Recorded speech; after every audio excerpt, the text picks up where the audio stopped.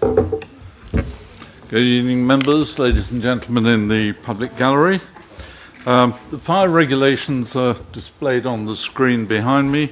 Just remind you that there are 3 emergency exits, 1, 2 and 3. There are no practice fire alarms for this evening, so if the bell goes, run. If you're a little slow, you'll follow my heels. Can we all make sure our phones are either switched off or to silent, please? This is a webcast meeting, so please be aware of that. We'll get straight into the agenda, if we may. The minutes of the meeting held on the 26th of August have been laid on the table for more than half an hour. Is it your wish I sign them as a true record of that meeting? Thank you. Apologies for absence and declarations of substitutes. Emma? We have apologies from Councillors Michael Goodridge and Bob Upton and Stephen Hill. Councillors Patricia Ellis and Nick Williams are attending as substitutes. Thank you. Thank you to the substitutes. Declaration of interests, Emma? None received before the meeting. Right, thank you. Item number 4, questions by members of the public. None received, Chairman. Thank you. The application for planning permission, WA 2015-2261, land west of Sweeters, Copse, Loxwood Road, Alfold, and this will be introduced by Elizabeth and Peter. Thank you very much, Chairman. By way of introduction, I wanted to make a few key overarching points to assist members' assessment in relation to this application this evening. I will then pass over to Peter Cleveland, the case officer, to take members through the plans and determining issues. Firstly, as members are aware, this is a further application for housing development on a greenfield site to come before this committee. There have, of course, been several in the last 18 months or so. And in policy terms, the Council's strong preference, of course, is for residential development to generally be carried out on brownfield sites. However, this application must be assessed on its individual merits. The application is in outline form with only access to be considered in detail at this stage. Therefore, members are being asked to consider the principle of the development, i.e. whether they feel that the application has demonstrated that up to 55 dwellings could be acceptably accommodated on the site in planning terms.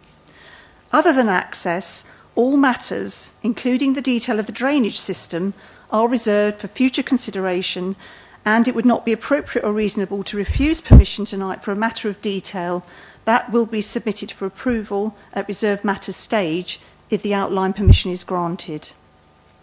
Now, officers do recognise the strong concerns that have been raised by some local residents to the application, and these have been considered very carefully in the officer's report, and the report has sought to address these in detail. A second key point is there has clearly been planning history on this site, and in particular for a much larger development for up to 120 dwellings, under reference WA 2014-2413. That scheme is now at appeal and will be determined in due course. This current smaller scheme is a response to the Council's rejection of the previous refusal. In comparison with the refused scheme, there are particular reasons as to why officers have come to the conclusion that a different approach should be taken, and Peter will explain those reasons in detail in his presentation. However, clearly this application should be assessed on its merits, and just because permission was previously refused, it clearly doesn't follow that the current scheme should automatically be regarded as unacceptable. Members will clearly need to have regard to the differences between the applications and changes in planning circumstances since the previous refusal. A third point is to briefly remind members of the government's policy in relation to housing development as expressed at paragraph 50 of the NPPF. This requires planning authorities to plan to meet housing need. The current scheme would provide 40% or up to 22 units of affordable housing and also an acceptable mix of market housing. and this is considered to be a clear benefit of the scheme, to be balanced against any planning objections. As with other greenfield applications that the committee has previously agreed, the application seeks to meet borough-wide and not just local housing need. Thirdly, the site is within the countryside beyond the green belt, and following paragraph 49 of the NPPF, policies for the supply of housing should not be considered up to date if the local planning authority cannot demonstrate a 5-year supply of deliverable sites. As members are aware, the council cannot currently demonstrate a 5-year supply of housing, and so in relation to housing applications, and insofar as policy C2 of the local plan is a housing supply policy, it must be considered out of date. However, it is still a judgment for members as to whether a development of this site would be harmful to the intrinsic character and beauty of the countryside in terms of its extent, size and impact, and whether it would support a thriving rural community. Finally, the assessment has triggered technical assessments in relation to flood risk, foul drainage and highways, and members will see from the report that there are no reasonable objections at this outline stage to the proposal on these grounds, subject to relevant legal agreements and conditions. The key assessment for members is whether any identified harm would significantly and demonstrably outweigh the benefits. Of course, that is the test of the NPPF, when assessed against policies in the NPPF as a whole, or whether specific NPPF policies indicate that permission should be refused. So I trust that's helpful to members, and I will now pass over to Peter Cleveland to take members through the plans and the issues in more detail. Thank you very much, Chairman.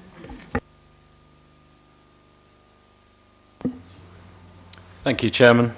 Yes, as Elizabeth's already set out, the application is in outline form for 55 dwellings with all matters reserved other than the means of access.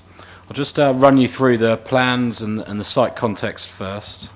So on the screen now we have the site location plan, the site outlined in red on screen, and you'll also notice some of the highway, Loxwood Road, which runs to the west of the site, is also outlined in red, and that incorporates some of the proposed junction or access works.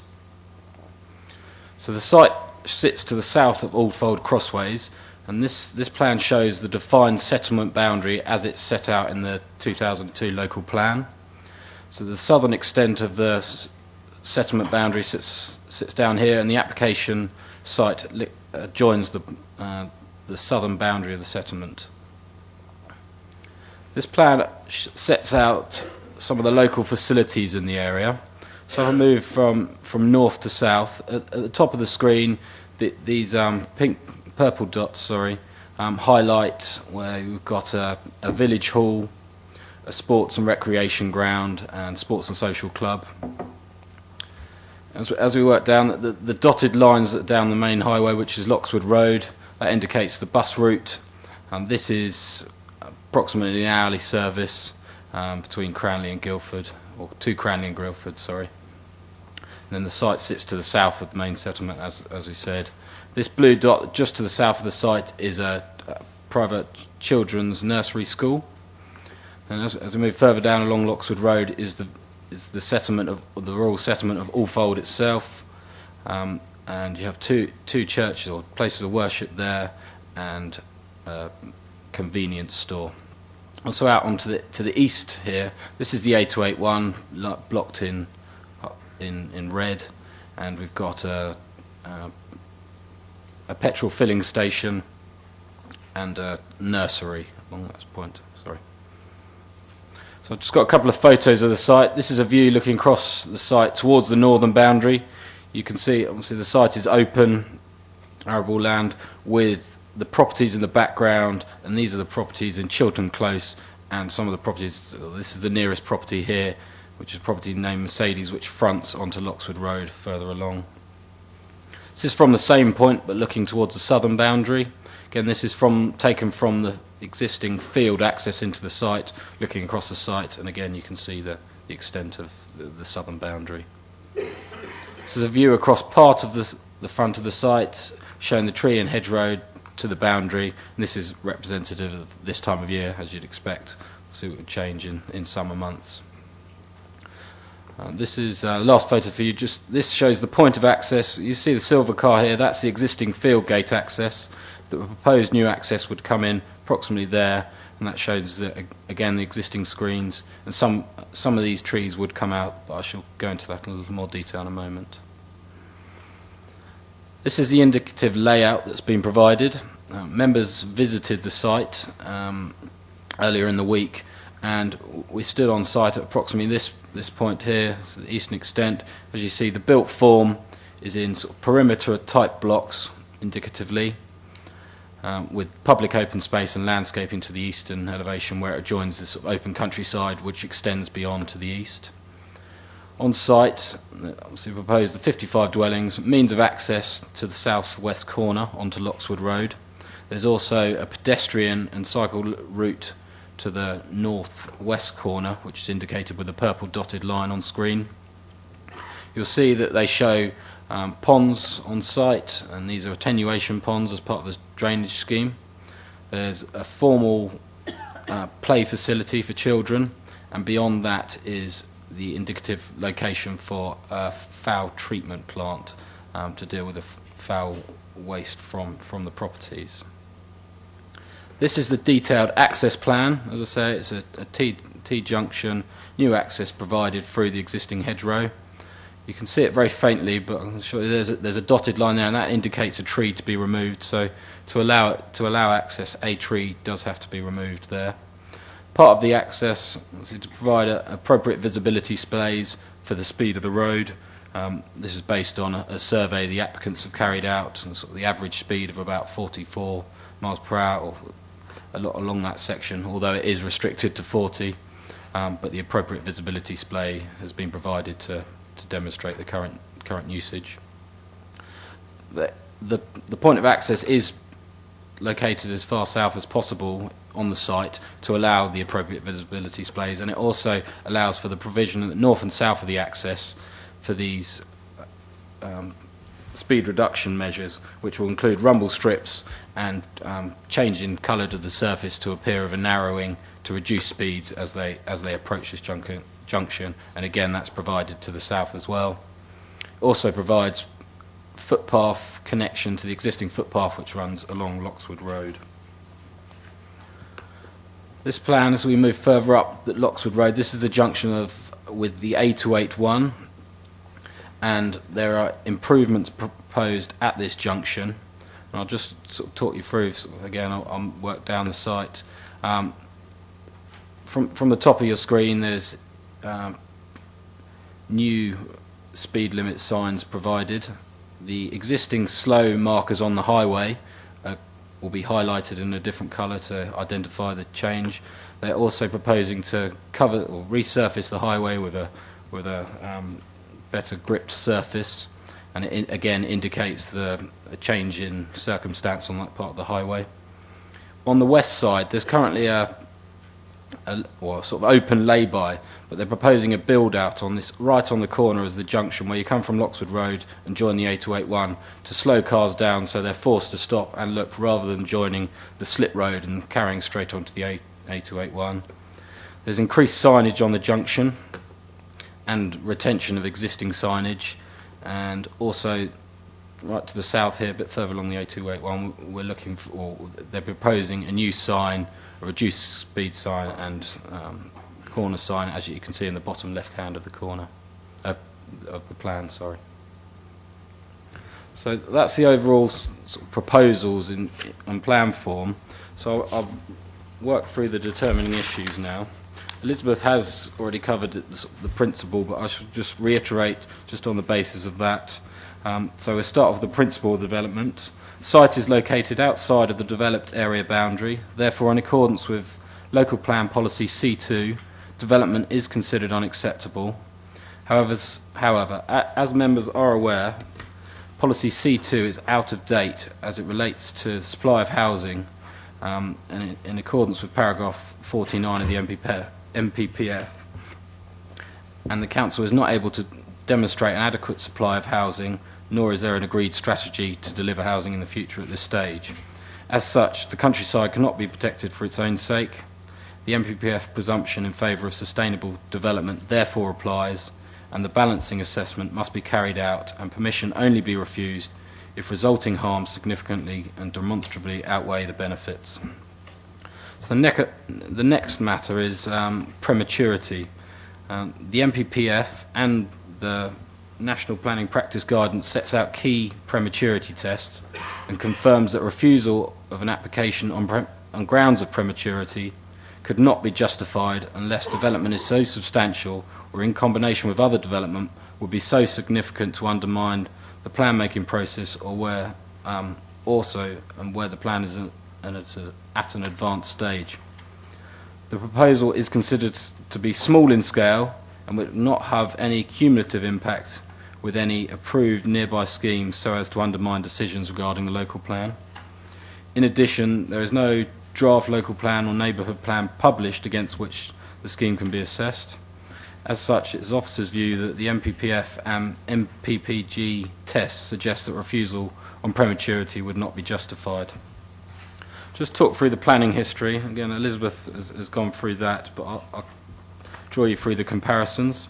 As set out on pages 23 and 20 to 25 of your agenda, you will note that the application site and the wider area of land to the east has been subject to 2 previous applications, the first being withdrawn prior to a formal decision being made by the Council and therefore is not a material consideration.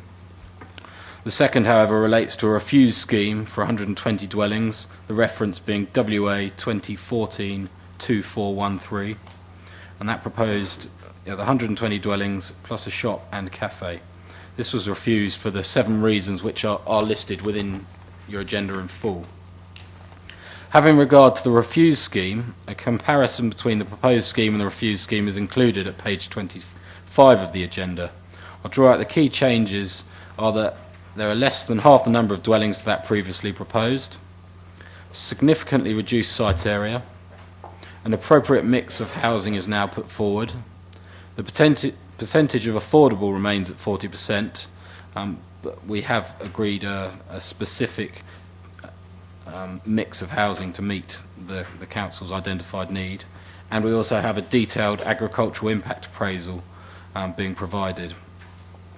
There's also an appeals decision relating to a scheme at Chapelsfield in Alfold, which sits to the south, so it's the southern extent of the village, which is also relevant, and the reference for that is WA 2014-2028, where the inspector concluded that whilst it could be argued that the site is not isolated because it was close to other houses, it is in a small settlement with very few services. The inspector's comments in the Chapel Fields decision relates to conclusions with regards to paragraph 55 of the MPPF, which seek to avoid isolated dwellings in the countryside and informed the officer's view on the previous scheme. However, this was against a balanced decision, and other material harm to the historic environment was identified, which is not relevant in the current application. So I'll just draw attention to sort of the key changes of where we've come to in our position on this application since the previous refusal for the larger scheme. And the first one is the Council's executive decision in December 2015, which agreed a spatial strategy that refers to some limited growth in and around villages, and that included Alfold specifically. So that's the first consideration that we've taken account of.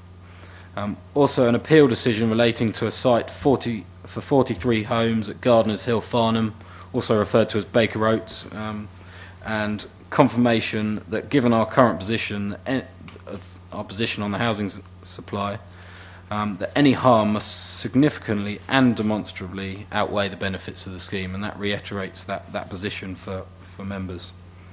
So the proposal is also much smaller and better related to the settlement to the refused scheme. And the final point of change is just the highway objection has been removed on transport sustainability grounds, and this is due to the reduced scale of the scheme and the applicants taking up the opportunity to maximise sustainable transport in accordance with paragraph 29 of the MPPF. I'll just give you the sort of daily movements change. So the current scheme would result in approximately 388 daily movements. whereas the refused scheme would have resulted in up to 989 daily vehicle movements. So they're the key points to set out our sort of change in the way we're assessing and material considerations. I'll now move on to the relevant points. We've got the loss of agricultural land. We've now received, well, with this application, we received a detailed agricultural appraisal, which has been assessed by the council's agricultural consultants, who have agreed the applicant's conclusions, which in summary, the land is classified as grade 3B and does not therefore comprise the best and most versatile land. It also results in the loss of only 5% of the land farmed by the existing farming enterprise to which it relates, and it would not fragment an existing enterprise. As such, the loss of agricultural land is not considered detrimental. This had not been demonstrated in the previously refused application, so this is another change in circumstance. The next point I'll talk about, Elizabeth again has pointed on it, but I'll just reiterate. In terms of housing land supply, the council's current published position is that we can demonstrate 4.33 years supply against our need. So therefore we're not able to demonstrate an appropriate supply. This proposal would make a contribution to that, and that is a material consideration that weighs in favour of the scheme. In terms of the housing mix, moving on from that, a detailed affordable housing mix has been agreed in consultation with our colleagues, enabling housing officer, and that will be secured through the Section 106. This proposes a 50-50 tenure split of affordable housing, so 50% as shared ownership and 50% as affordable rent, and the affordable rent is at 80% of the market value. The Council's Housing and Affordable Housing Officer has supported this mix, obviously 11 shared ownership and 11 rented units, as a mix which reflects the recommendations in the Council's Strategic Housing Marketing Assessment 2015, which is up to date. It has also been demonstrated that an appropriate mix can be achieved for the market dwellings. In terms of the affordable housing need, there are over 1,500 households on the Council's Housing Needs Register. The 2015 Strategic Housing Market Assessment, which is the SHMAR, indicates a continued need for affordable housing, with an additional 337 affordable being required per annum, and the delivery of affordable housing is also a key priority for the borough. Concerns have been raised that there is limited local need on the parish council survey. However, in considering the application, account must be given to how this proposal assists in meeting the significant need within the borough, and the provision of affordable housing is again a material consideration that weighs in favour of the proposal. So moving on to the highway considerations, I've set out the detailed access. The access details again are the only matters of detail to be considered as part of the application. The County Highway Authority have considered the detail, and subject to the access arrangements proposed and the improvements to the A281 and Loxwood Road junction, the impact upon highway safety and capacity is considered to be acceptable. Account has also been taken to the cumulative impact of the development, particularly with the Wildwood Golf Club redevelopment or extension, which officers understand to be implemented, and again, the account has been taken for that in the increase in vehicle numbers on the local highway network, and no technical objection has been raised on those grounds. So I'll move on to flood risk and drainage now. The application site is located within flood zone 1, therefore it is at a low risk of flooding from rivers, and therefore it is not necessary to undertake a sequential test as is required in areas of greater flood risk. Notwithstanding, there is known issues with off-site groundwater, surface water and foul water flooding.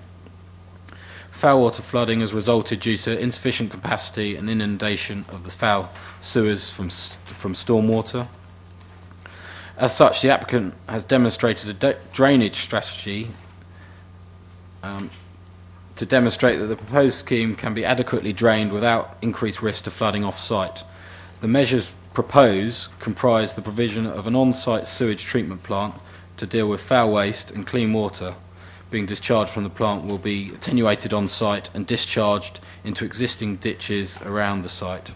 In addition, surface water will be collected within the site, attenuated and combined with the treated foul and surface water will be discharged from the site at an appropriate rate to be agreed. The lead local flood authority have considered the proposed strategy and are satisfied that an appropriate design can be achieved.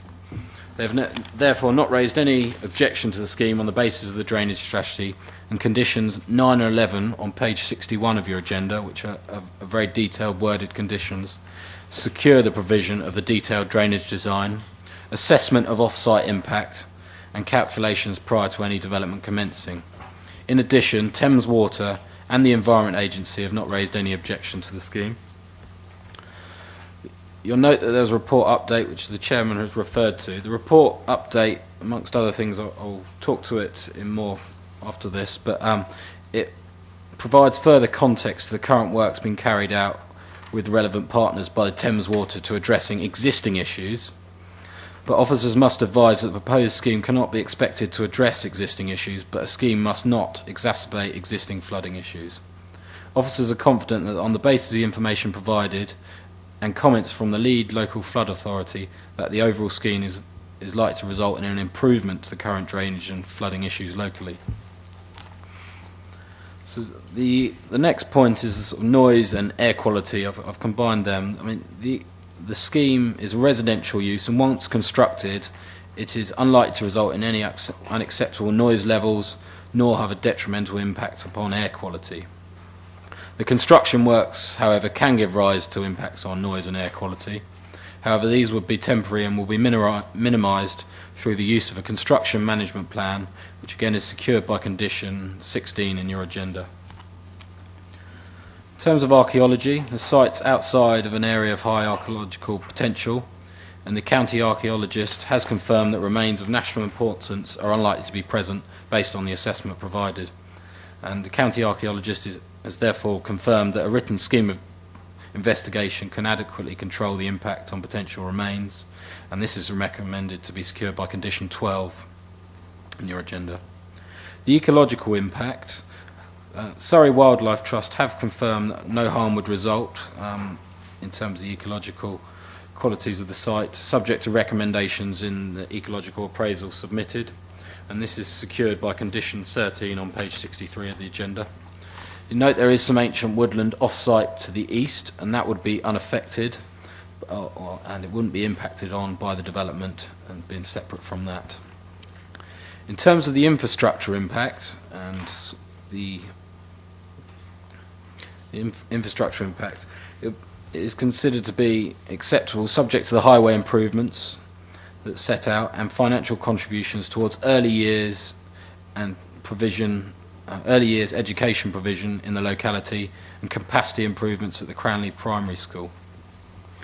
So I'll move over to the matters of judgment. I must apologise, the location of development which is in matters of principle should sit within the matters of judgment, so I shall start on that. It's considered that the site is in a relatively unsustainable location in transport terms. However, some development within the villages is considered to be acceptable, and the scale of the proposal is considered to be proportionate to the village. A limited bus service is available. Some services and facilities are available in the form of a children's nursery, 2 convenience stores, a public house, places of worship, and a sports and social club. It's also one of the largest employers in the borough, also located relatively close proximity at Dunsfold Park. Additional development in this location would also assist in sustaining some of the existing village services, and the likely transport movements would be less significant than the larger refuse scheme, with less than half the number of daily movements resulting. However, given the limited health, education, shopping facility, future residents would to a certain extent have a reliance upon the use of a private car.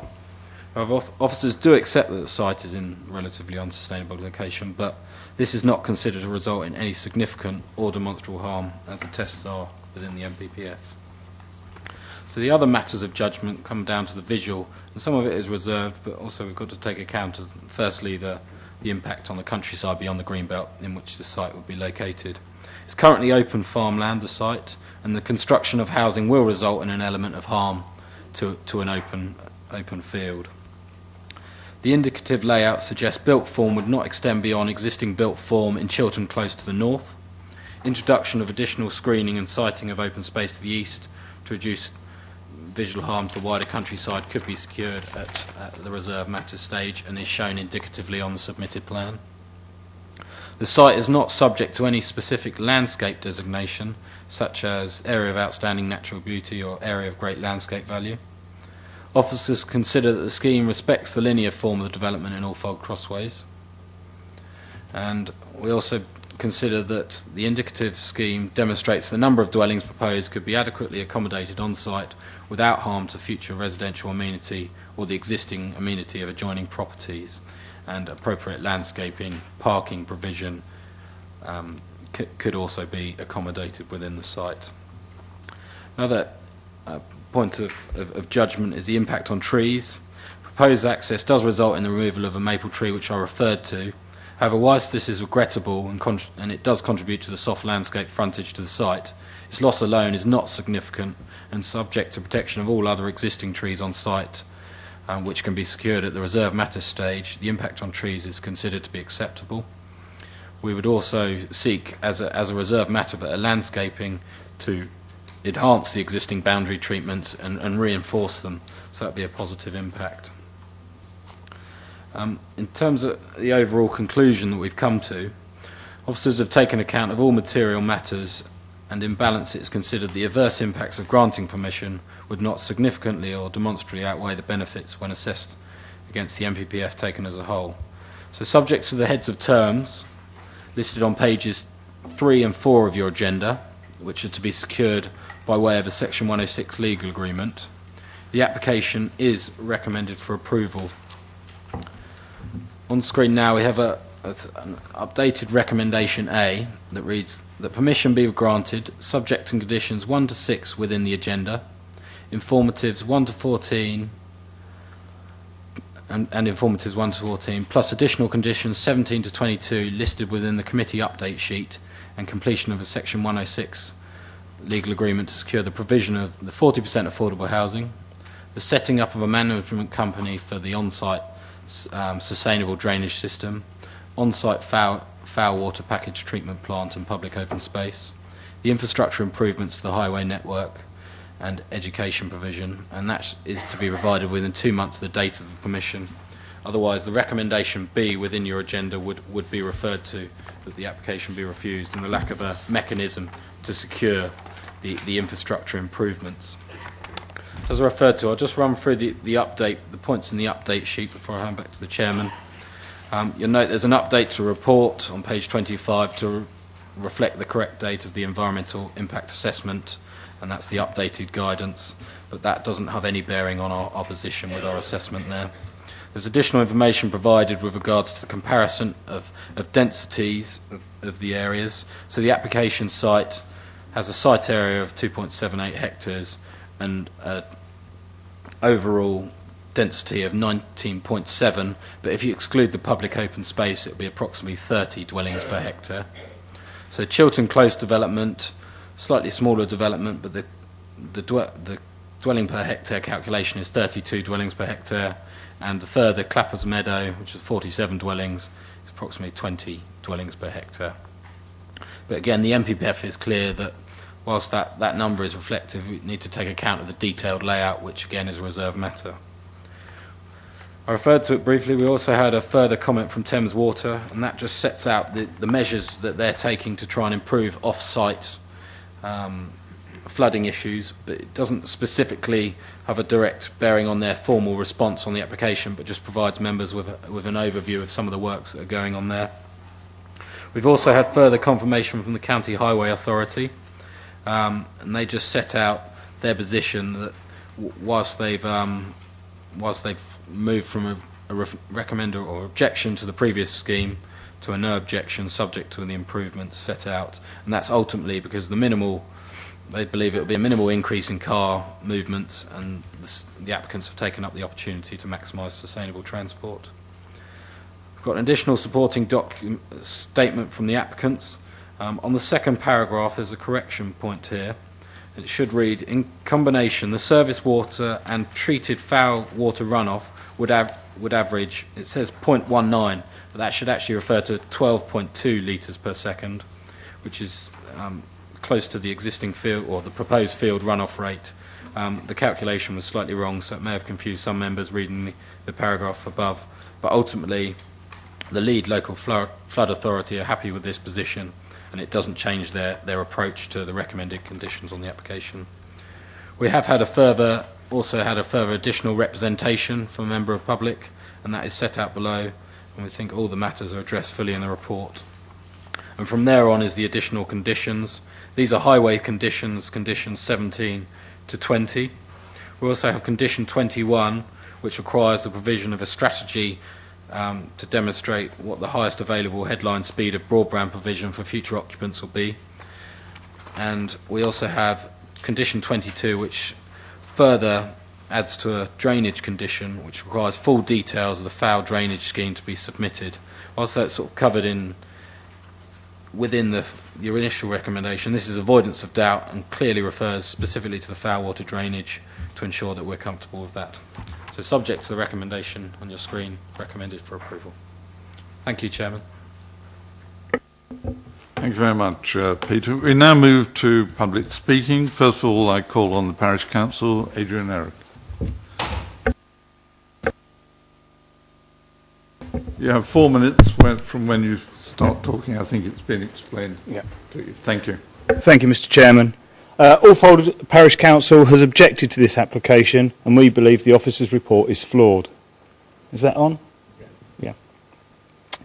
Could I ask you to please note at this point that, contrary to the officer's report, there's no nursery school provision in Alfold, and there hasn't been for some years. Cranley C of E School is also more than 1 mile from the site. This is just one of a couple of anomalies that occur throughout the document, some of which we feel has a major effect on the sustainability of the application.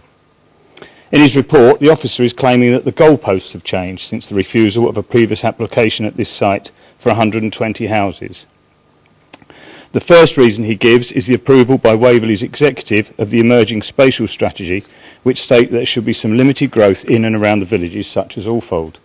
Actually, this direction of travel states that there should be some limited planned growth.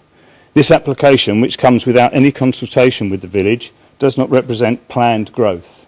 Alfold Parish Council and Alfold residents would welcome the opportunity for planned growth in our village, and we're currently awaiting the promised number from Matthew Evans, due to be given in April, so that we can move forward with our neighbourhood plan and let the people of Alfold shape the future of their village. The second reason the officer gives for the goalposts having changed is the planning inspector's recent decision to allow an application for 43 homes on land in Farnham because Waverley doesn't have a current 5-year housing land supply. We don't think that the application can be accurately compared to the application you're determining here today, primarily because that development is located on the edge of Farnham and not in an isolated and unsustainable location that Waverley have previously stated is the case for the land west of Sweeters Clopps. The planning inspector has recently dismissed an appeal for a housing development in Alfold because the benefits of the development did not outweigh the harm despite the lack of a 5-year housing land supply. Alfold Parish Council is concerned that if you approve this application today, it will set a precedent and allow this officer's report to undermine all other officers' reports for the many applications we have seen for housing developments in Alfold recently. There are sound planning reasons for refusing this application, and we urge the committee to do so now. Thank you. Thank you very much. Call on the Grant Stevenson.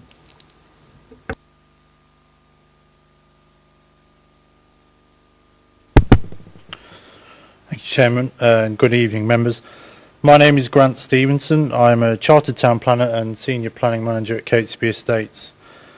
Members will be acutely aware of both the housing land supply position and the affordability problems that the Borough is currently facing. There is pressure, therefore, to identify appropriate sites which can deliver new homes in the short term, and whilst it is correct to look to the 4 main settlements to accommodate the bulk of this need, they cannot accommodate it all. Bearing in mind the extent of the Borough which is in the Green Belt and or the Surrey Hills A and B, some development will have to be accommodated in villages such as Alfold, which lie outside those areas, and this is recognised in the emerging local plan. The number of new homes proposed as part of this application has been carefully considered, to ensure that it is appropriate for the scale of the existing village, whilst making sure that the character and pattern of the settlement is respected. Members will be aware that whilst in the main Old Fold is a linear settlement, there are examples of cul-de-sac type development to the eastern side of Loxwood Road. Members will also note the comparison table at the top of the update sheet, which demonstrates that the proposed density is comparable to that of the surrounding area. I note that the Parish Council are concerned about the potential for increased traffic. This is covered in the officer's report. However, I'd like to highlight the conclusions of the transport assessment, which confirms that traffic flows would only increase by 6% during the peak hours. This has been verified by the Highway Authority, which raises no objection to the proposals. To highlight a few of the key benefits of the application, the scheme proposes 55 new homes, of which 40% or 22 homes will be provided as affordable housing. This will be in a form which responds to the specific housing needs identified in the SHMA and which has been agreed with the Housing Strategy Officer. It will therefore assist the Council in reducing the identified shortfall in housing land supply, whilst also making an important contribution to the affordable housing stock. The application also delivers a series of highways-related improvements to the village. These comprise speed reduction measures around the proposed access onto Loxwood Road, a junction safety improvement scheme at Norfolk Crossways, a contribution of £35,000 for other local speed reduction measures identified by the Highway Authority, a contribution of £20,000 towards upgrading local bus stop infrastructure and improvements to the footpath network along Loxwood Road. Finally, members will note that the scheme provides a foul water treatment plant on site, as well as on-site attenuation to deal with surface water. The detail of this is covered in the officer's report and also in the update sheet, which I hope provides members with the reassurance they require. However, I would like to highlight that the inclusion of the foul water treatment plant as part of the scheme means that no additional pressure will be placed on the existing infrastructure in our fold. In addition, the proposed surface water attenuation system will provide betterment by increasing the capacity of the site to store surface water during peak storm events. Members, in view of all this and together with the detailed assessment of the key issues in the officer's report, I hope you're able to support your officer's recommendation to approve this application. Thank you. Thank you very much. And finally, I turn to Councillor Denis. Good evening. I am the local councillor for Alfold, and living in the centre of the village, I declare a personal interest. Page 25 of your papers states members must be satisfied that the application has overcome the council's previous reasons for refusal and is acceptable in its own right. Page 23 lists 7 reasons for refusal, which were dated the 29th of June 2015. 1. Location. Remoteness from Alfold Crossways rural settlement would constitute isolated new homes in the countryside and constitute an unsustainable form of development. This ground for refusal still applies. 2. Number of dwellings, scale, urbanising impact and harm to landscape, character, setting of existing settlement, intrinsic character, beauty and countryside. Although a smaller development of 55 homes, this ground still applies. Soil has been proved to be of low quality, so reason number 3 is no longer relevant. 4. It would constitute an unsustainable form of development and would lead to heavily reliant car travel. Limited public transport with little scope to maximise viable sustainable transport modes. This ground for refusal remains and is relevant. 5. Provision of affordable housing. The reason has been satisfied, but I will come back to this. 6. Mix of dwellings. And reason 7, legal agreement, both are not relevant anymore. The 3 major grounds for previous refusal still apply to this application and must be considered. Alfold has affordable housing. The Alfold Housing Needs Assessment identified the need for just 2 additional houses. Currently, there are vacant affordable houses as residents do not want to live in an isolated location with poor facilities. If residents are moved across the borough from their family and friends, we will be isolating them. These are people on low incomes who will be forced to rely heavily on a car or use an inadequate bus service for day-to-day tasks. Is this what we truly want? Sustainability is a major consideration. There is limited public transport during the day, virtually non-existent during the evening. The nearest train station is either Milford or Guildford. There is limited employment opportunities in Alfold, so heavily use of car travel to and from work will be essential. There are no schools. Children will have to walk 800 yards to a bus stop to get to Cranley and then rely on the buses. A visit to the doctor, dentist, pharmacy or supermarket for a weekly shop will not be on the doorstep. The infrastructure contribution of 20,000 is likely to bring some electronic signs to the bus shelters, but no extra buses. Will signs improve the transport situation? No.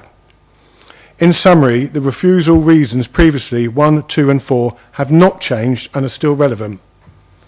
The affordable housing in an isolated location does not encourage a vibrant and healthy community. And finally, reminding everybody that the previous refusals and appeals in the area have stated that Alfold is not sustainable to build a large number of new homes. The draft spatial strategy states that smaller villages will have limited growth only. This is not limited. 55 homes in Alfold is substantial. I urge you to refuse this application and protect the fabric of our villages and countrysides and our greenfield sites. Houses need to be built, but without exception, every guidance and policy has been consistent that it has to be sustainable. This clearly is not. Thank you. Thank you, Councillor. Before I open up to debate, I'd just point out again that this is an outline application with all matters reserved except access for the erection of up to 55 dwellings. So, members, the floor is yours.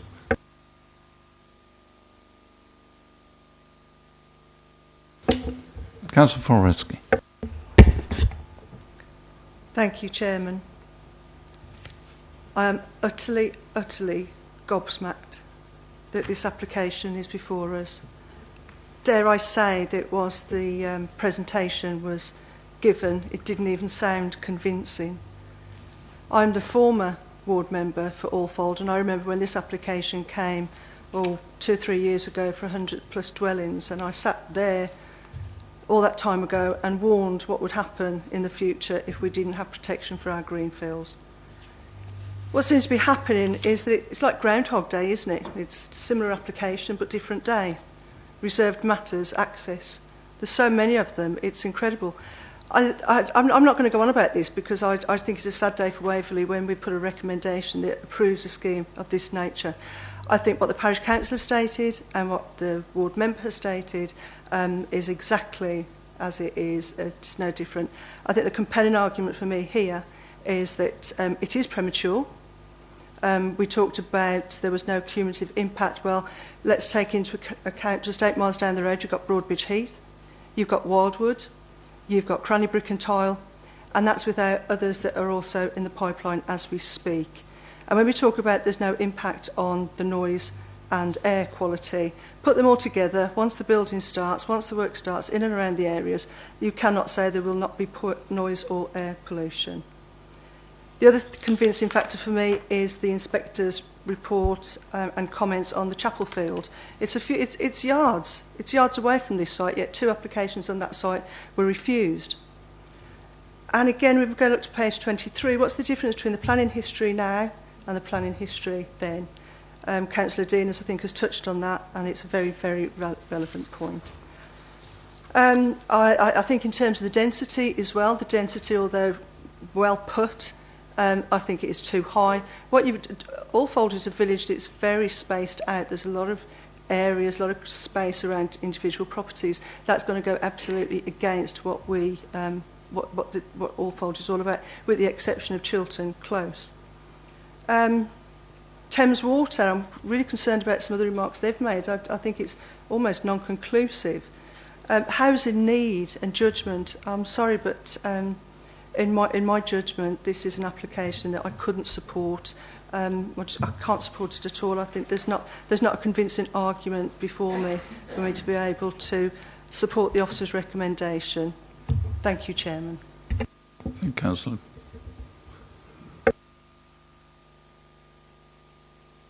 Councillor Hess. Thank you, Mr. Chairman.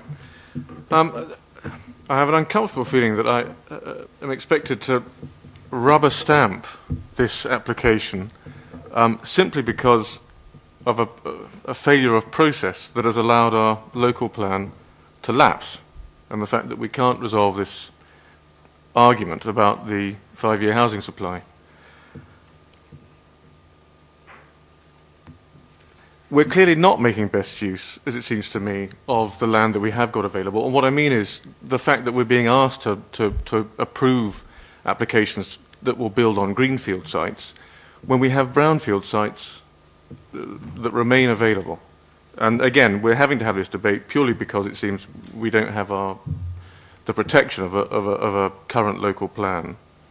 And my concern is that after this, what next? And I think that Councillor Foraszewski has already made the point, or at least someone has, that every greenfield development that gets approved strengthens the precedent and increases the risk to all other applications that want to develop our greenfield sites. And I can't believe that that is consistent with what we collectively, or with the debate that we collectively would like to have about how we would wish to see Waverley develop, and not to be left constantly at the mercy of developers who can override us constantly because we have, as I said before, failed to have a current local plan. So I'm afraid on the strength of that, I feel morally bound to oppose this application. Councillor Gavin. I'm a bit like everybody else, really. I'm completely confused and baffled. I went on the site visit, but I think, as we said on the day, another day, another green field. It was, even the indicative layout, it all looks so similar. Obviously, with the words of the inspector from Baker Oates, which, interestingly, I think one of the speakers said you couldn't compare it. In fact, this site has better access to facilities than the Baker Oates site has. The Baker Oates site has no pavement. There was going to be a strip of paint, and they were going to walk up to a bus stop, which also didn't have a bus, and was about 3 miles from the town centre. So, we're not actually gaining anything by adding to our greenfield sites on the end of our main settlements, or adding, putting stuff on the greenfield sites necessarily on our smaller settlements. And, I think I just share the frustration of everybody. Every bone in my body wants to say no to this. Every bit of emotion wants to say no to it. Having read that Baker Oates decision, which just said the whole time, yes, there is harm, but the 5-year housing land supply outweighs the harm. I don't know. One of these days I'll count up how many times, but it was 5 or 6 times the man said that. Whether we have to take that as a consideration, or whether we stick to our emotions and our guns on what we actually feel about greenfield sites, I just don't know. I'm just like everybody else. I'm disappointed, I'm angry, I'm frustrated that we are not taking the decisions for ourselves by having a strategy for development across the borough. It's something, as you know, we've said for many a long time. So here we are again, another greenfield site. I can understand fully why the villagers dislike it. Is it acceptable? I honestly don't know. I really don't. In planning terms, I'm talking about, not emotional terms. There it is, it's a greenfield site, and we're looking at access. Access is never the issue, is it, when we're looking at these things? It's always what's coming further down the line. So I wait to hear what some other members have to say. Thank you, Chairman. Thank you, Councillor. Councillor Mudner. Thank you very much, Chairman. I'd like to begin with a couple of comments on the officer's advice. But I think before that, I'd like to thank the officer for a comprehensive report and for responding very actively to various questions he got after the site visit. But the questions relate to 2 of the issues which other members have touched on, or one of them, and one which hasn't. I think we've got to be clear when we quote the impact of paragraph 49 on policy C2 to give a complete statement. Yes, it's a policy for the supply of housing, so yes, it's out of date. But the current position, pending a very important Court of Appeal decision which will come out shortly, is given by the very case that was actually quoted in the officer's report, Mark Wenman against the Secretary of State and Waverley Borough Council, where Mrs. Justice Lang confirmed that C2 is a housing supply policy. But she also went on to quote with approval the remarks of Mr. Justice Lindblom in the Crane case. And that makes it absolutely clear that you do not disregard an out-of-date policy.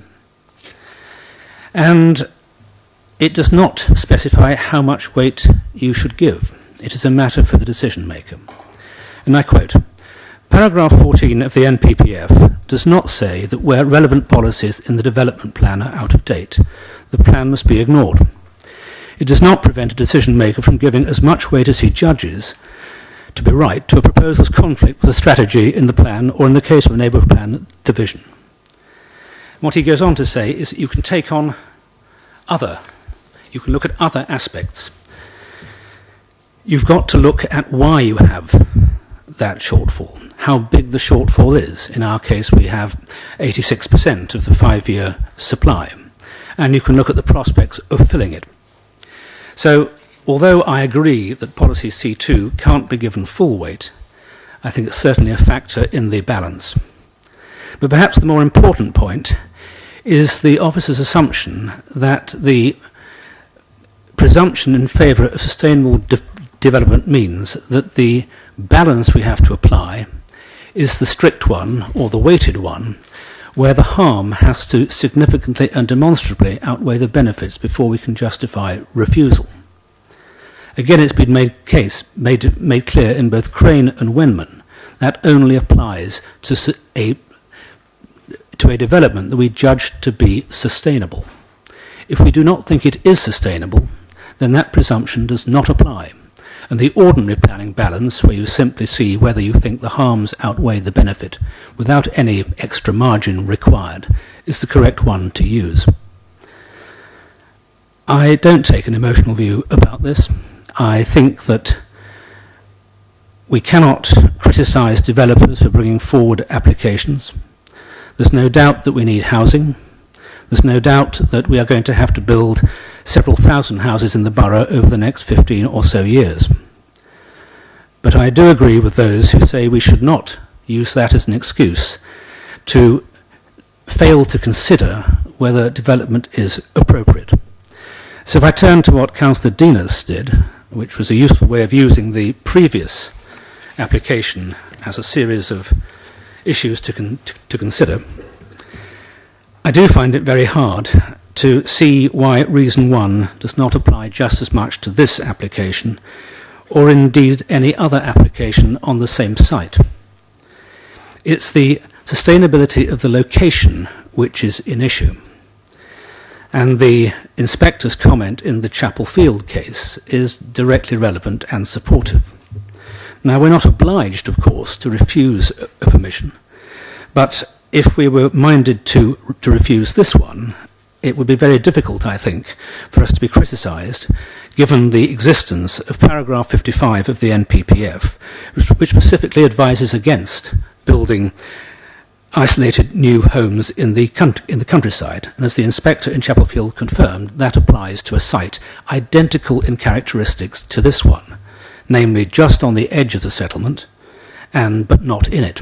Otherwise, of course, you'd have no end to settlement boundary creep, and you'd simply keep on adding on the edge until no doubt you could probably join Alfold Crossways and Alfold Old Village. So I think we are entitled to look at paragraph 55, which is by definition not out of date, and therefore can be applied in full if we wish. As regards reason 2, I think my preference is for a development which was perhaps half the size and comparable to Chiltern Close. The density is okay, the layout I'm sure will be fine, but it's big. It's, I think, bigger than it should be for a village of this size, and I do sympathise with the Parish Council's plea for limited growth. I think it's pushing it to call this limited growth. On the issue of transport sustainability, it is interesting to compare the comments by the same Surrey County Council Highway Authority on the previous application for the 120 homes and this one. And I did ask the officer if he could get from the Highway Authority some detailed reasons for their change. And I'm grateful for him for trying, but he obviously wasn't able to get anything particularly clear from them as to why they changed beyond the smaller number of houses. But if you read what they say about the bus service, in the previous application they were offered some very attractive things. They were offered an increase guaranteed for 5 years in the number of buses. They were offered a bus stop actually inside the development itself. And yet when they looked at that, they came to the pragmatic, and I'm sorry to say accurate conclusion, that 120 houses would not be sufficient to make the service viable after the subsidy was withdrawn at the end of the 5th year. And that sadly is the experience of every developer-funded bus service improvement that I know of. Clearly, if 120 new homes wouldn't support such a bus service, 55 new homes will do so even less. And I'm not surprised that they didn't mention that in their current comments. I compared the travel plan of the previous application and this one, and I'm unable to determine any differences of any significance, indeed any at all. Basically, like most travel plans, it seeks to educate people to make use of non-car modes of travel, and it's a very worthy objective. Unfortunately, in a location like Alfold, it is not going to work.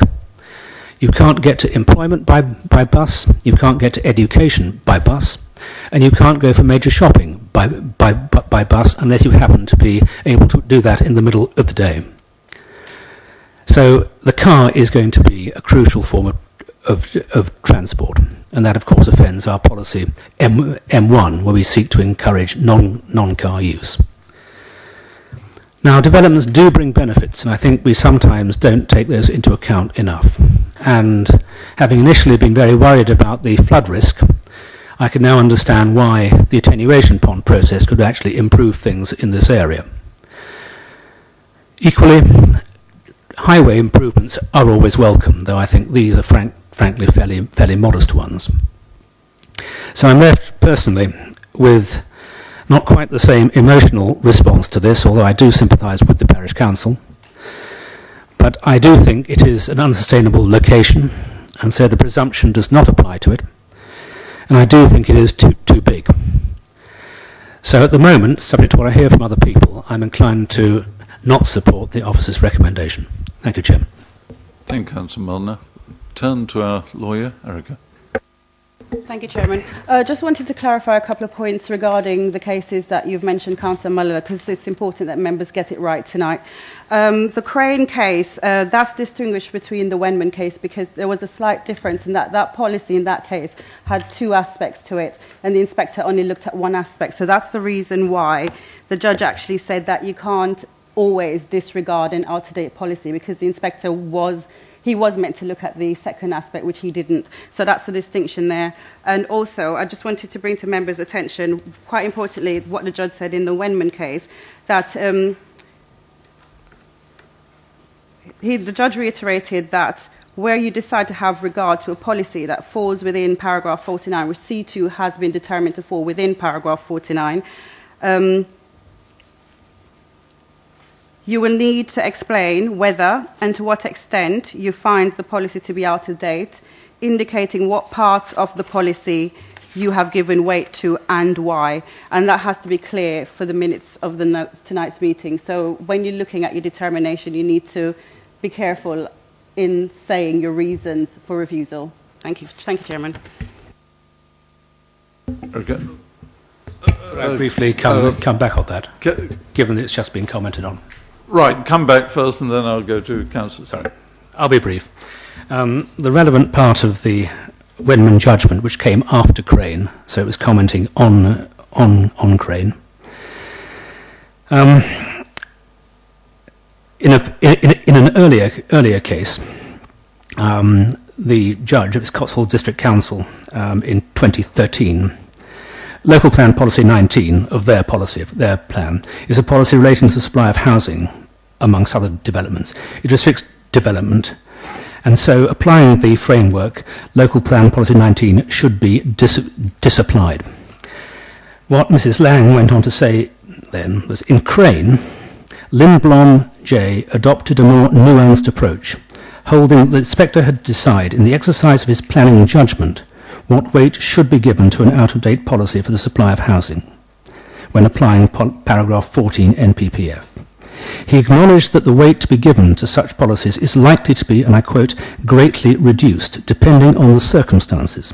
However, importantly, he rejected a submission that when conducting the assessment under paragraph 14 NPPF, the out-of-date policy should simply be disregarded in its entirety. In my judgment, Lindblom's thoughtful analysis is in principle correct. So I don't think we're disagreeing too much, but yes, we have to, if we want to use C2, we have to explain why we give it any particular weight, and that, of course, is right. Thank you, Councillor Stone. Thank you, Chairman. I must say I agree with my colleagues on what's been said so far. The development's not in keeping with Allfold, and I know it very well. You're going to get bored with me because I go on about infrastructure, and I actually did all the excavation work on the main sewer at Allfold, and I can tell you in 1967 it was almost running at its capacity then, and the storm drains. I know they're going to supply their own system. I wait and see. But one thing that really does concern me tonight, I look at their road improvements, and if we can have the picture up of the 281 where the Junction Allfold Crossways to start with, if you look at that, you're showing a nib on that point there where the traffic is coming out. That's it there. As you all know, I run HGVs, very big lorries. An HGV coming out of there, coming out of Dunsfold or coming up the other way is going to have to go on the wrong side of the road with that nib. It's going to go into the path of oncoming traffic. So therefore, one of VOSA's most important things is you must never cross the white line unless you really have to. Yes, they do cross the white line, but coming out of a junction, you shouldn't have to. If you take that junction as it is now, any major large HGV can come out of that junction and slide into the traffic. So that nib is causing a hazard. It's a notoriously dangerous crossroads, and I know from my own experiences just down the road that fatal accidents can happen, and I was involved in it. So I can only say that I can't understand the highways people saying that's an improvement, because it's not. And if you go back to the drawing where the entrance to the site is and the traffic calming, you've got on the top one, you've got a traffic calming again coming round a corner. Well, if common sense tells you that's dangerous, Allfold is really troubled with fog, which was what happened to me, and it was fatal, and I can only say that the Highways Department need to take a good long look at themselves, because that is not safe. Thank you. Thank you, Councillor. Councillor MacLeod. Thank you, Chairman. When I read this report, which, as other councillors have said, is very comprehensive and for the most part very well argued, I was struck very much by the points, similar points made by Councillor Denis. That it struck me as very odd that the comparison between the previous application and this one wasn't actually done reason by reason. And I would have said things very similar to Councillor Denis if he hadn't already made the points, and Councillor Mulliner has actually supported. So I feel that argument is very strong, that there isn't sufficient difference between this application and the previous application to allow this one. But I'd like to make a more general point. I live in the other side of the borough from Alford, so I don't know Alford particularly well. But I've been through it, and I passed through it, and I obviously visited it on the site visit. And it strikes me as a very pleasant little village. And this application, this layout, seems to me to be totally inappropriate and totally out of place in this village. The actual layout itself strikes me as mediocre and unimaginative. And I know I'm probably going to be told that this is an outline application, so we shouldn't be talking about that sort of thing. But I happened by sheer coincidence today to be reading a judgment of an inspector on another appeal in a place called Bracklesham in West Sussex. And this was an appeal on a development of 160 dwellings. And it was incidentally in a district which only had a 4-year housing supply. And the inspector dismissed this appeal because he found the inspector's name was Mr. David Cullingford, in case people know of him. He dismissed the appeal largely because he found the illustrative layout mediocre and unimaginative, contrary to the guidance of the framework and the requirements of saved and emerging planning policies. Although the scheme is submitted in outline, I'm reading from his judgment, I consider the defects illustrated to be fundamental and the rectification is required careful and thorough reconsideration. The framework is very clear. Greater importance is attached to the design of the built environment, and good design is seen as a key aspect of sustainable development. It is visible from good planning. He said more, I won't go on, you probably got it from that. But I actually find that judgment very interesting and quite compelling. I think this development fits into this sort of description. So I would actually be against it for the reasons outlined by Councillor Denis and supported by Councillor Mulliner, and from my interpretation of what's said in this judgment of this previous inspector. Thank you, Chairman. Thank you.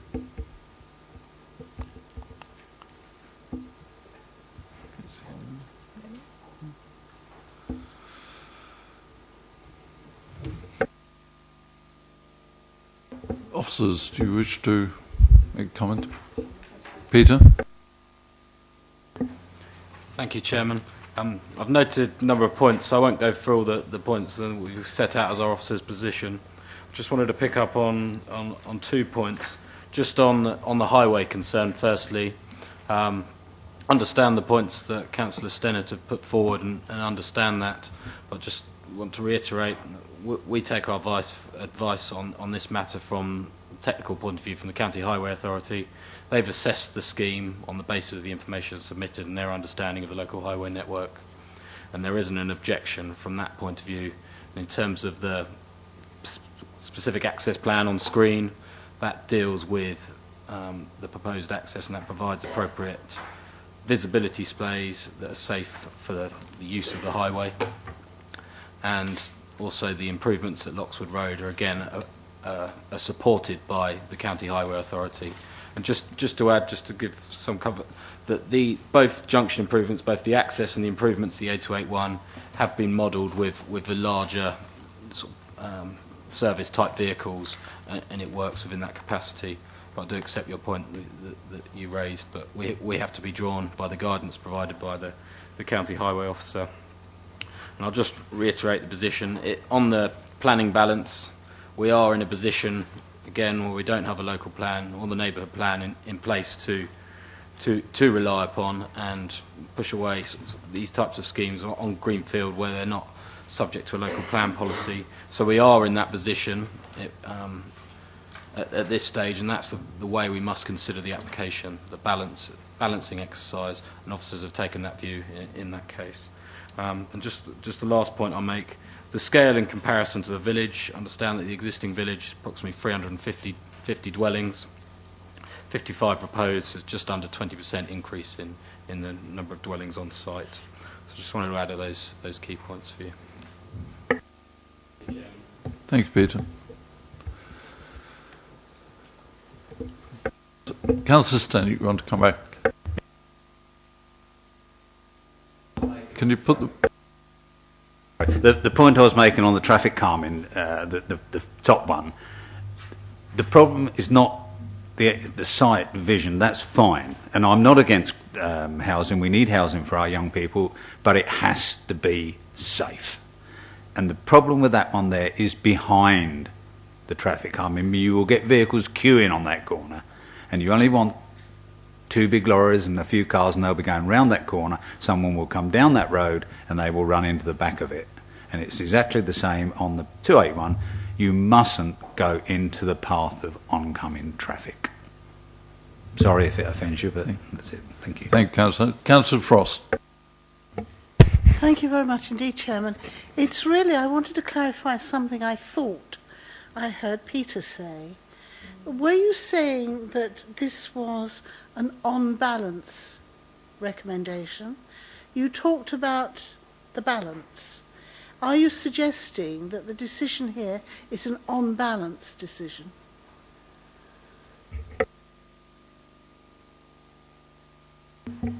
Sorry, Elizabeth. Chairman, I think if I could respond to that, I think it's probably accurate to say, Councillor Frost, that we've moved away from what we conventionally saw as on-balance recommendations pre-NPPF, where we used to say to you on occasion, this is on balance. And I think that was code for you coming to the conclusion that perhaps it was so finely balanced, we've just fallen one side or the other, but it's a matter of judgment for you. Since the NPPF, we are firmly into a different type of decision making. We don't have a set reason for refusal. If it fails on one matter, it's completely unacceptable. The NPPF requires local planning authorities to weigh up each individual material consideration and come to a judgment at the end of the review of all considerations as to how they balance with one another.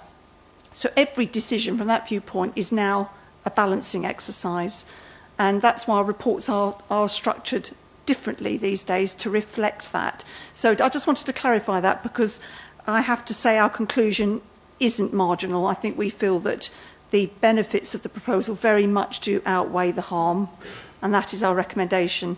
It isn't, in our view, marginal. And while I'm speaking, Chairman, I just want to come back on one point about housing supply and the issue about the principle of development in the countryside. We have sat through many of these debates over the last 18 months where we have weighed up the issue of how much weight to give to the lack of 5-year supply of housing. There are continually being court judgments about this issue, but what I would remind you of, as we have in the report, and which Councillor Coburn, I think, spoke very well about, was the fact that another site where we try to take the view that notwithstanding the 5-year supply issue, the harm outweighed that. The inspector absolutely vehemently disagreed with the council in that Baker Oates decision. That is why we have pulled that out for you as a very clear indicator as to why we have partly changed our approach to how we've approached this site in versus the larger development. I do accept the legal points you're making, Councillor Mulliner, but this site, I think, probably will be subject to an appeal. The existing development, which is bigger, is already at appeal. I suspect the developer may well, if permission is refused, conjoin it and link it up, so an inspector will be dealing with two at the same time if the timescales allow. But whether we like it or not, an inspector will give great weight to the fact that we do not have a 5-year supply of housing, and I think you do need to take that into consideration. It's not a bit of advice I give happily to you, but I do think you need to take that very seriously. Thank you, Chairman. Thank you, Elizabeth. Councillor Forresky. Thank you, Chairman, and thank you for allowing me to come back. Just adding to what my colleague behind me, Councillor Stennett, said with regards to the highways and safety. Another application has been granted permission along not too far from there, and that's going to generate one heavy goods movements vehicles every 9 minutes for 5 years. And I think that's worth bearing in mind when we talk about the impact, the cumulative impact on the highways.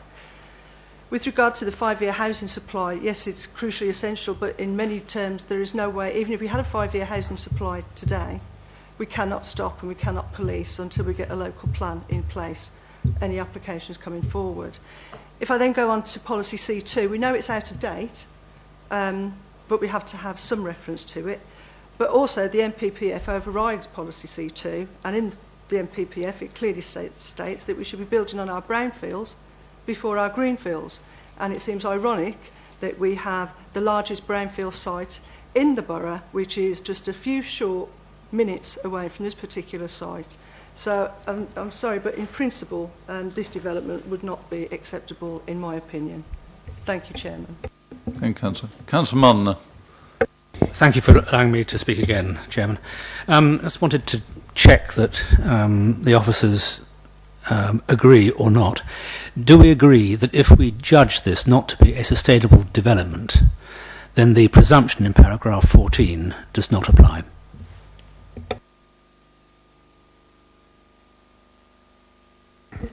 Thank you, Chairman. It's a matter of judgment for members whether or not you decide this is sustainable or not, but you need to be clear about the reasons why you consider it not to be sustainable. So that's the test. Sorry, could you just clarify? If we make that judgment, do you agree that then the presumption in favour does not apply? As it is, the law says that C2 is out of date. So that takes you back to paragraph 14, which is quite clear. If I can read that for members. It says in decision making, you need to first look at the adverse impacts and weigh that against the benefits of the development, and that's the test. I'm sorry to press the point. It is very important, though, and I think we're going to have to get this very formally straightened out. The most recent case that I know of is very clear that if you judge a development not to be sustainable, for whatever reasons, which have to be good ones, once that happens, a presumption in favour of sustainable development does not, by definition, apply to that particular development. I might add, councils do from time to time approve unsustainable developments because they've got very, very strong reasons, very special reasons for it. But what I'm trying to establish for the sake of my colleagues, because we don't want to make a mistake over this, if in our judgment, for example, reason 1, paragraph 50 of the NPPF, we conclude that this is not a sustainable development, could I please have your confirmation, yes or no, whether that means that the presumption which gives some helping hand to the benefits does not apply? Do you agree with me or not? The presumption would remain. However, if you decide that it's not sustainable, that's the reason to refuse. But you need to state your reasons why you think it's unsustainable. Is that clear for the other members?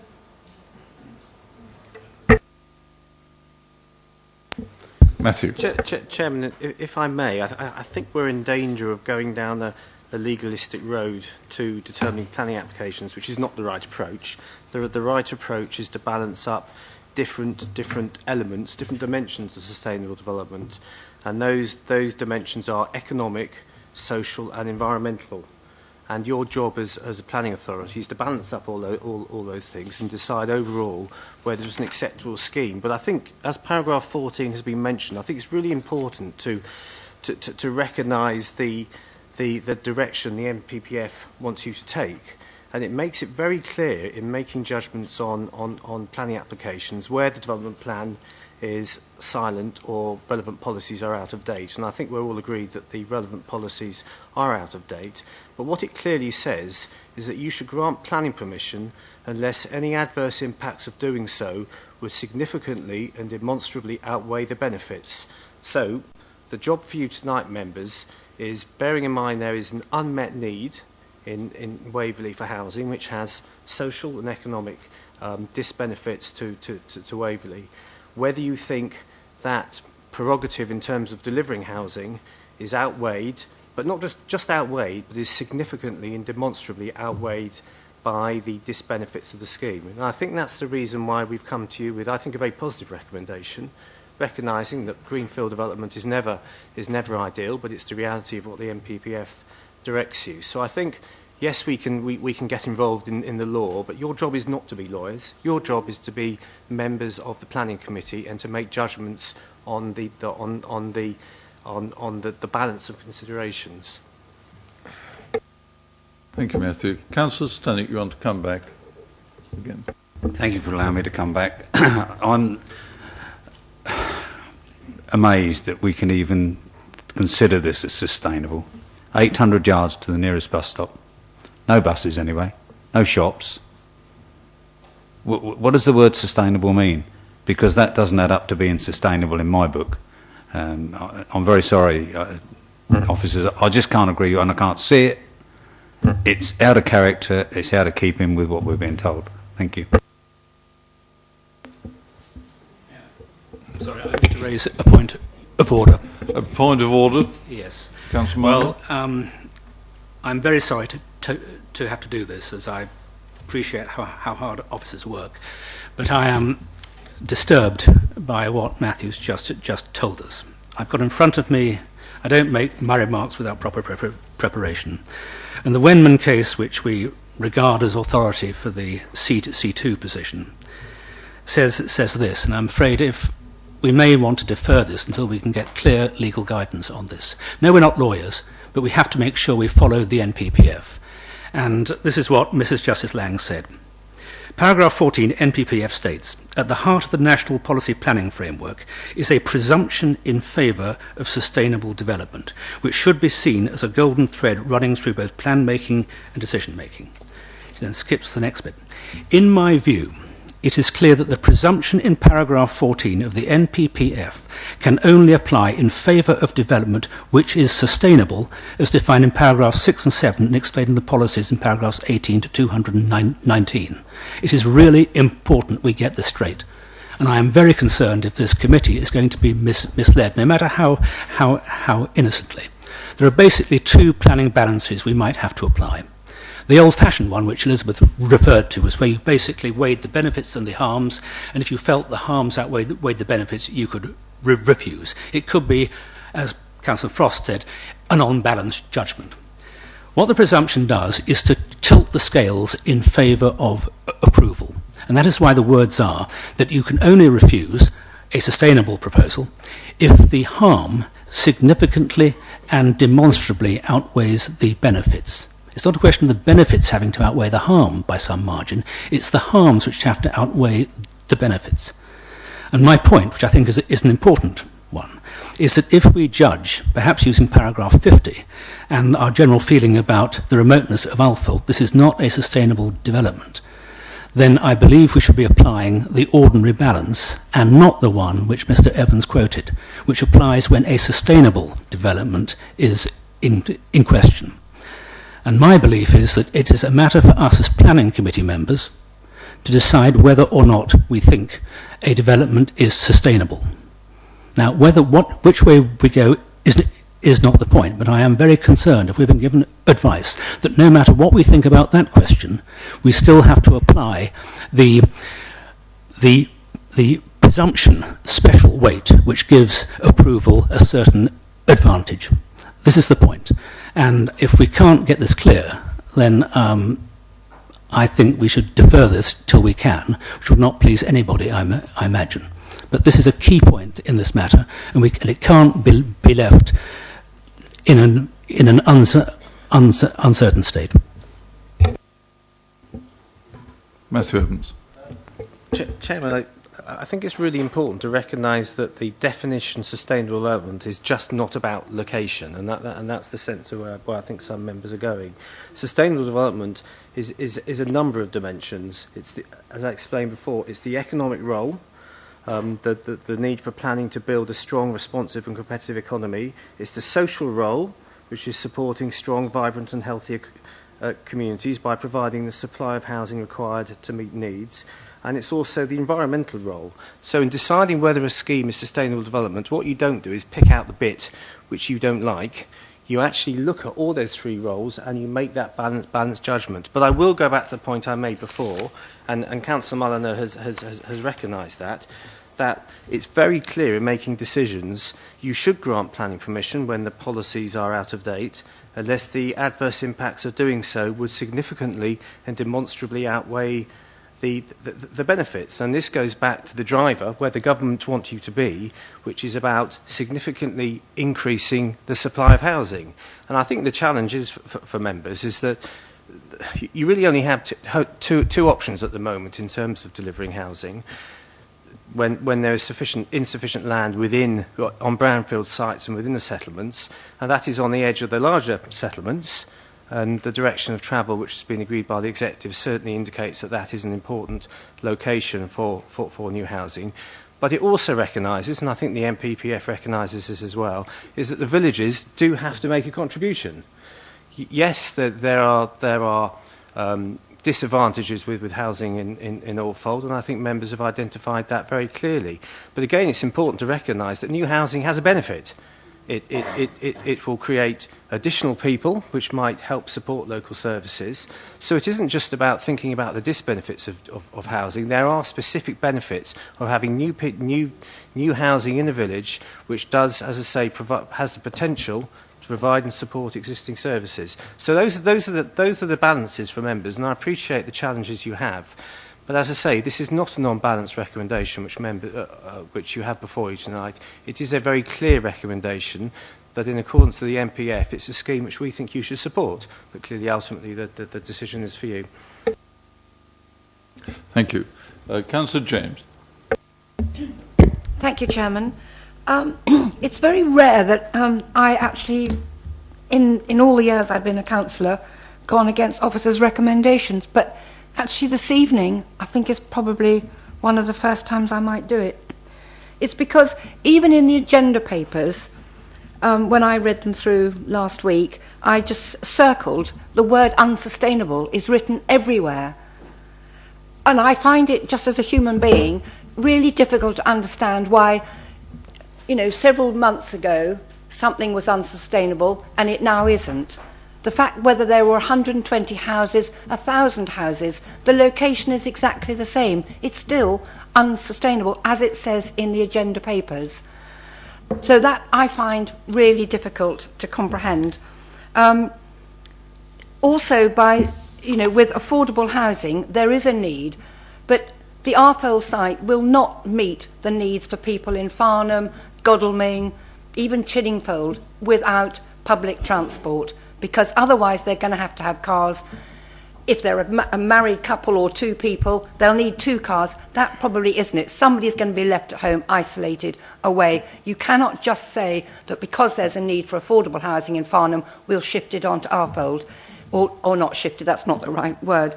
But also, the size of the development to incorporate it into a small village, which we were told is actually a 20% increase. That's an enormous amount to suddenly put on a little village.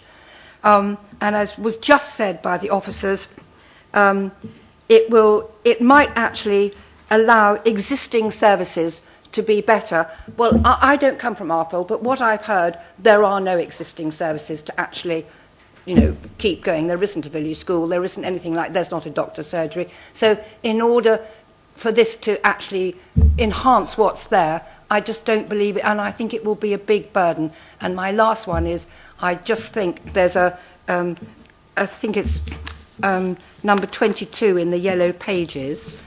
Yes, 22, condition 22. I don't quite understand it, because it does say that actually all this foul water, everything else is going to go into a different thing, and it says that no building shall thereafter be occupied until the approved foul water drainage scheme has first been carried out, not just thought of, but carried out, and operational. So are you saying that if they actually carry it all out, it is operating, and then they decide it can't cope with it, that none of those houses can be occupied? I don't believe that. I'm really sorry. But I might be voting against the officer's recommendation. Thank you, Councillor James. I have Councillor Hess, Frost and Gray next. So, Councillor Hess. Thank you, Mr. Chairman. I just want to make an observation that I don't feel as if I'm being asked to support an application as much as I'm being told I've got no damned option. Thank you. Councillor Frost. And if I may reply, I didn't say that. I said that you have an officer.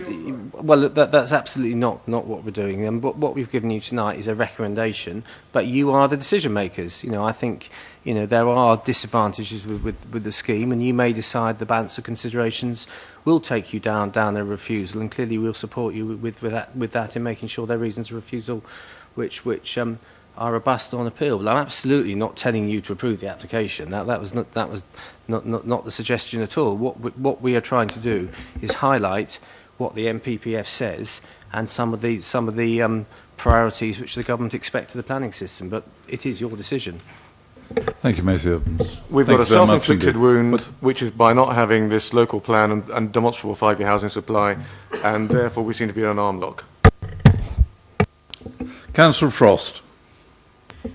Thank you very much, Chairman. Well, I'm not going to make myself terribly popular. I have read this report very carefully, and unlike some of my colleagues, I have been on the receiving end where we have gone against officers' recommendations. But having read the report, our job tonight is to weigh up this application in relationship to the pros and cons of the application. And one of the things nobody has mentioned tonight, we're talking about nobody from anywhere else in the borough wants to live in Alfold. Well, I don't agree with that. People in Cranley may want to live there. You know, we are providing houses, affordable houses, as part of this application. And what is more important, one of the corporate objectives of this council is shared ownership. We know people want shared ownership.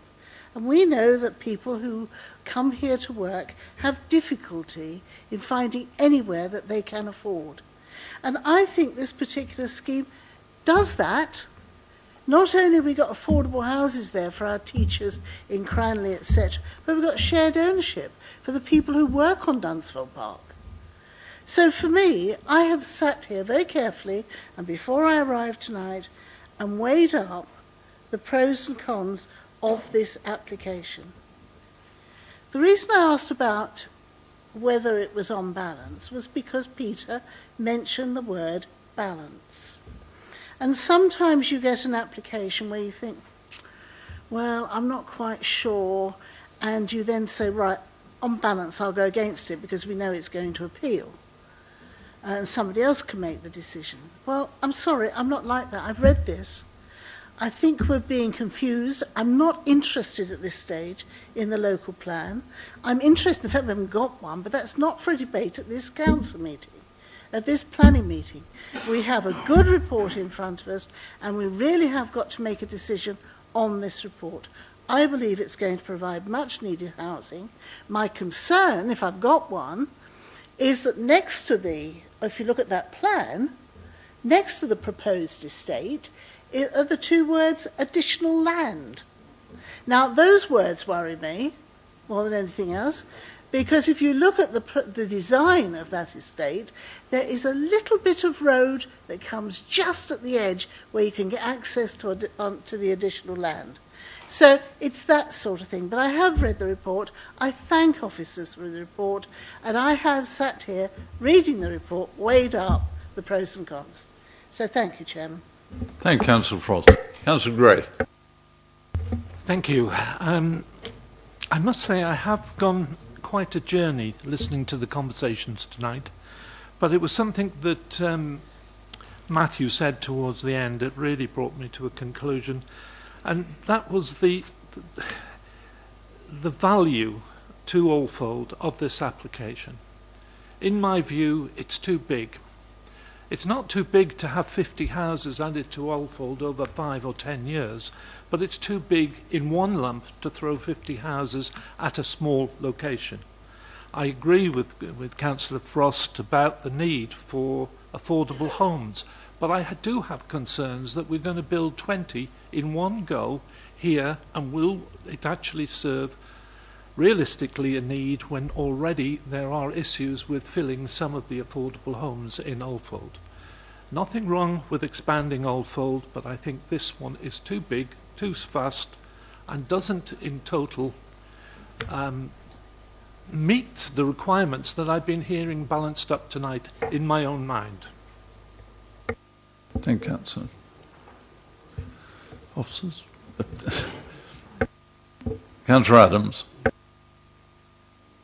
There seems to be some concern about if we build these houses, where will people work? Well, I'll remind you that we've just agreed a significant increase in the capacity of the commercial area of Dunsfold Park, and so consequently there will be quite a lot of jobs just up the road. I think another 600 jobs are going to be created just up the road. So there will be plenty of work for the people of Alfold. Whether you believe this one is a good design is not really at the moment a point. This is a purely a an application for access, and this is only a outline design. And whether you think, if you think 55 homes is too many, well then that's another matter. But there will be the jobs for the people who would take these homes, and as Councillor Frost said, there are a lot of demand for shared ownership now. In fact, we've made, in Waverley housing, we've made a considerable change towards shared ownership in the housing that we're built, a lot of the houses that we're intending to build. So shouldn't worry about the jobs, and they will come. Thank you. Thank you, Councillor Adams. Councillor Brown. Councillor Brown, Ellis. Thank you, Chairman. I am in two minds with this. I can understand the officer's report. It was an excellent report, in fact. I'm not gobsmacked by this application either, having seen applications for 425 houses in Cranley, at Berkeley Homes, Amlets Lane, Crest Nicholson in Horsham Road as well. I think ultimately one has to be realistic. The government expects us to build houses.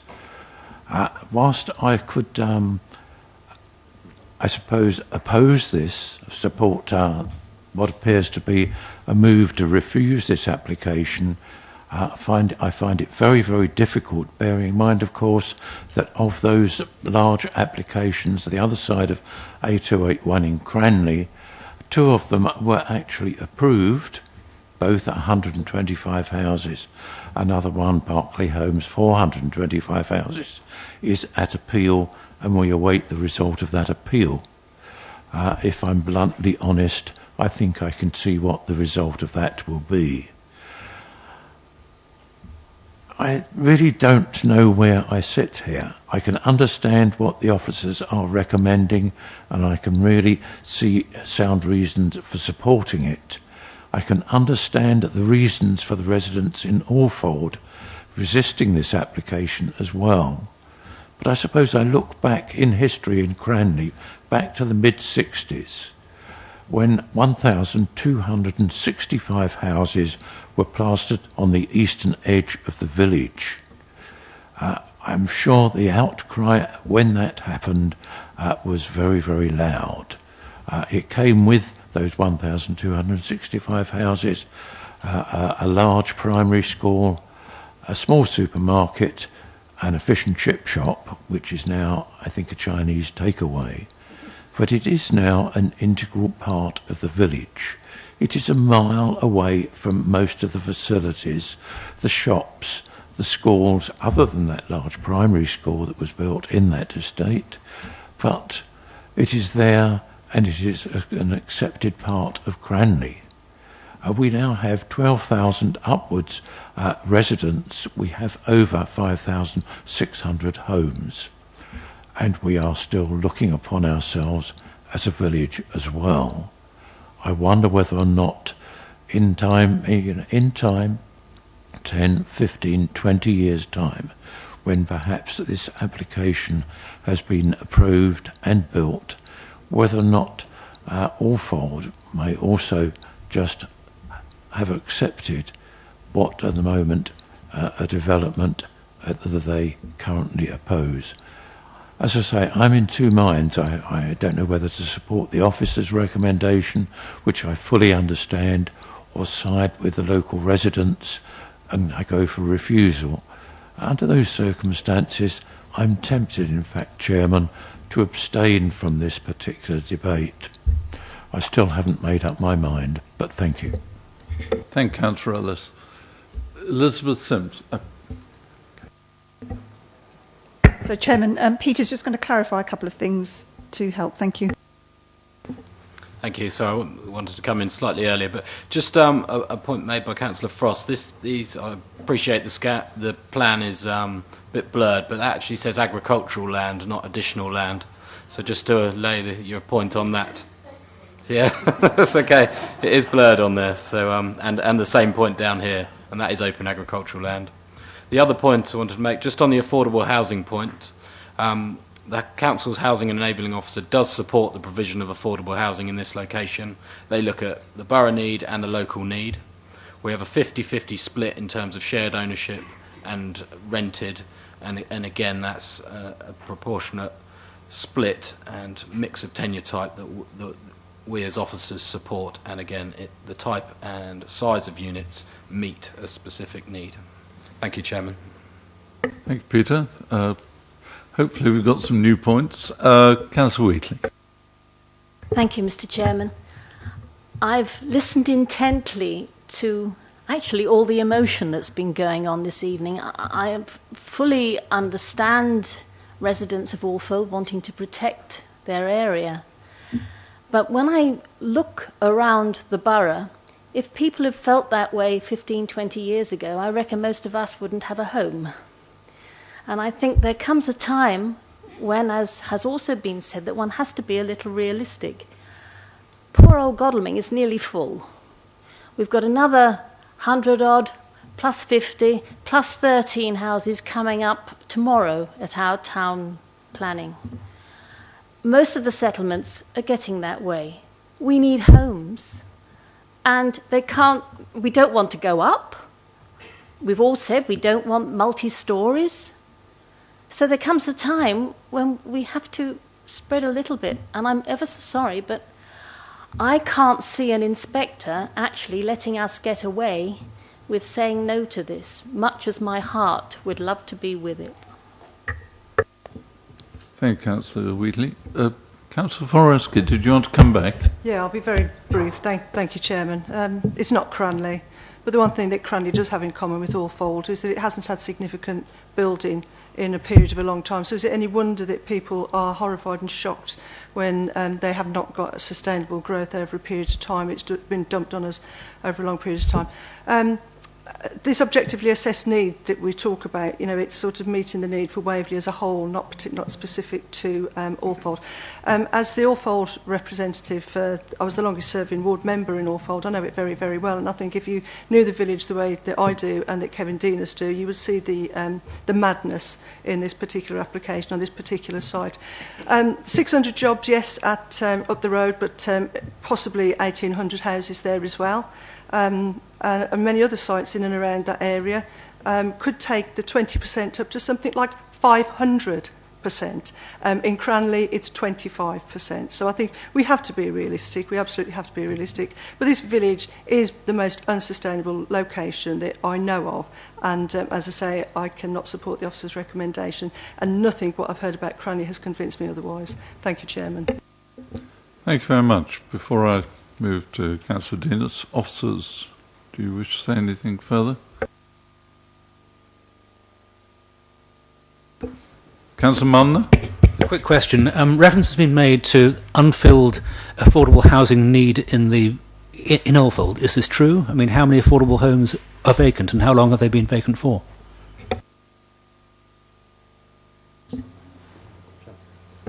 Peter. Thank you, Chairman. That has not been highlighted by our housing enabling officer in supporting the scheme. It's highlighted a need for affordable housing, and they haven't highlighted where that point has come from. I think that came from one of your colleagues. Thank you, Chairman. Thank you very much. Nothing else. I turn to Councillor Deaners if you want to make any final comment. I will try and be brief, as the debate has been going around. Previously, it's been mentioned in the report about the goalpost being moved due to the appeal decision of the 13th of October, and that was the Farnham. When you read the report, it says it's not about sustainability, as residents would be near to some services and facilities, given its location adjoining an existing urban area. And then it goes on to say, in terms of the policy requirement to protect the countryside for its own sake, there would be no conflict, as the proposal would not harm the character and appearance of the intrinsic character, and beauty would not be adversely affected. Well, I would suggest that the size and development and the expansion, that does not apply to Alfold, and the two are not similar at all. The one thing that Matthew did say, and at one stage you said there are disadvantages of the scheme. I haven't heard too many brought up from the officers. And finally, a comment, I think it was from Peter, who said, well, this will help to contribute to the 5-year supply. This should not be about making up numbers. This should be about having the right housing for Waverley in the right locations that serve our residents, not about making up numbers. Thank you. Thank you. Members, we now move to the recommendation. I'll read it out in full. Recommendation A, permission be granted, subject to conditions 1 to 16 within the agenda. That's pages 59 on.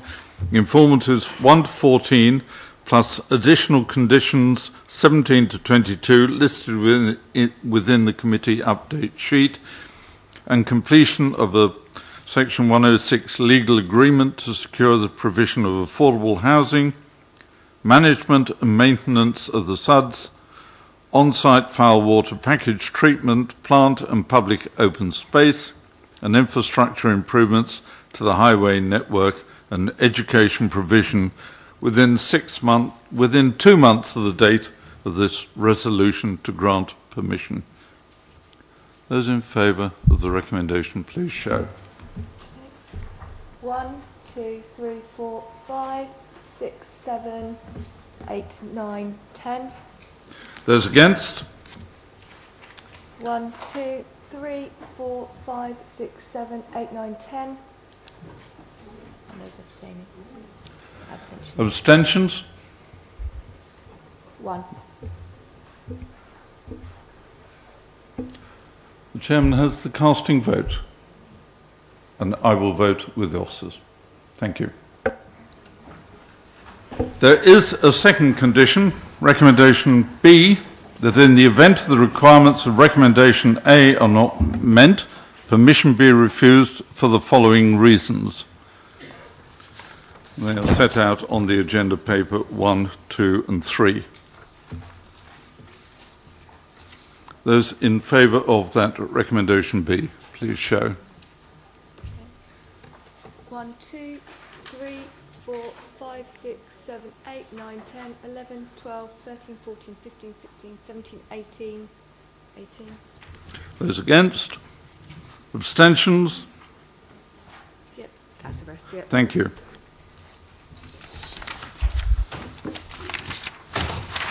Are there any further legal requirements, Erica? No? Thank you very much. That completes the meeting.